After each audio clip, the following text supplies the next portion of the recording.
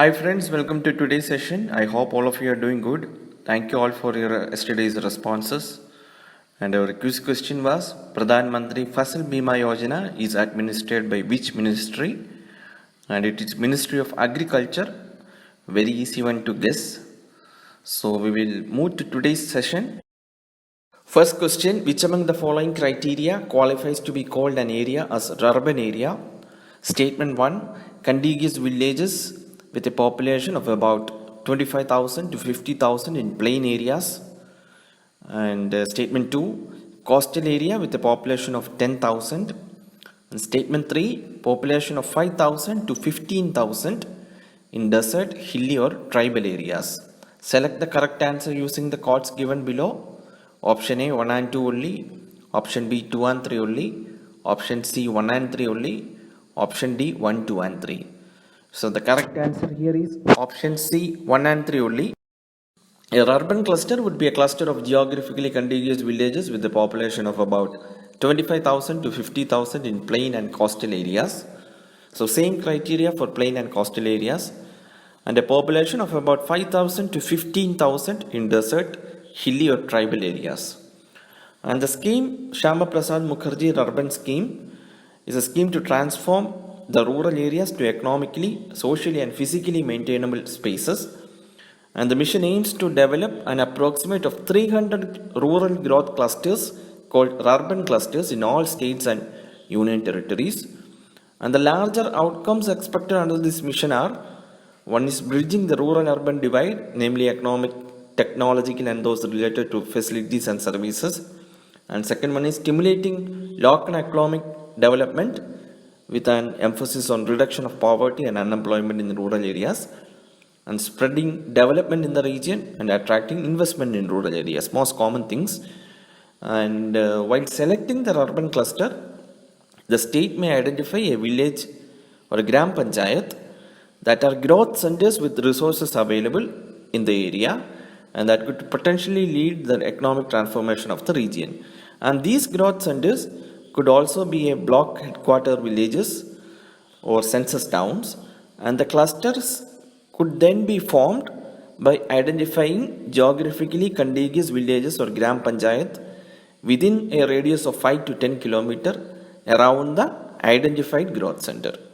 So it means first they identify a growth center and then the cluster is formed by attaching geographically contiguous village or gram panchayats to the growth center. So that is it. We will now move to the second question. With reference to International Mother Language Day, consider the following statements. Statement 1.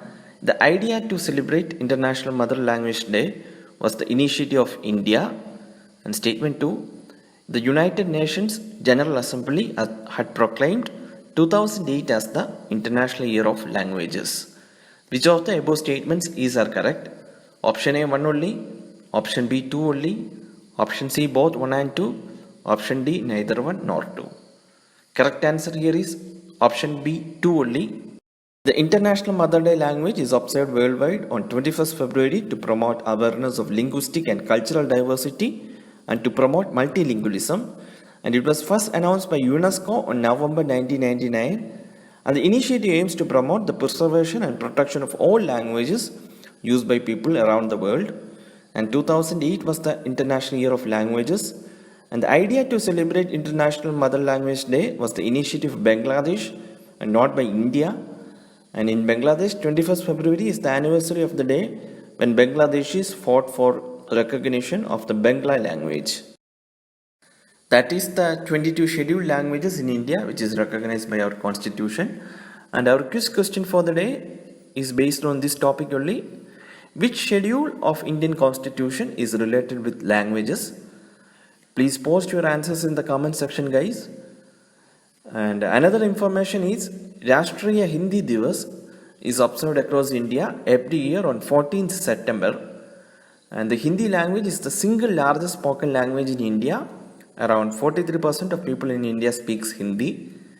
And it is also the fourth most spoken language in the world. So after Mandarin, the Chinese language, Spanish and English, Hindi is the fourth most spoken language in the world.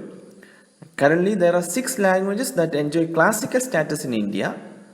That is Tamil, Sanskrit, Kannada, Telugu, Malayalam and Odia. And the declaration is here is given in the brackets.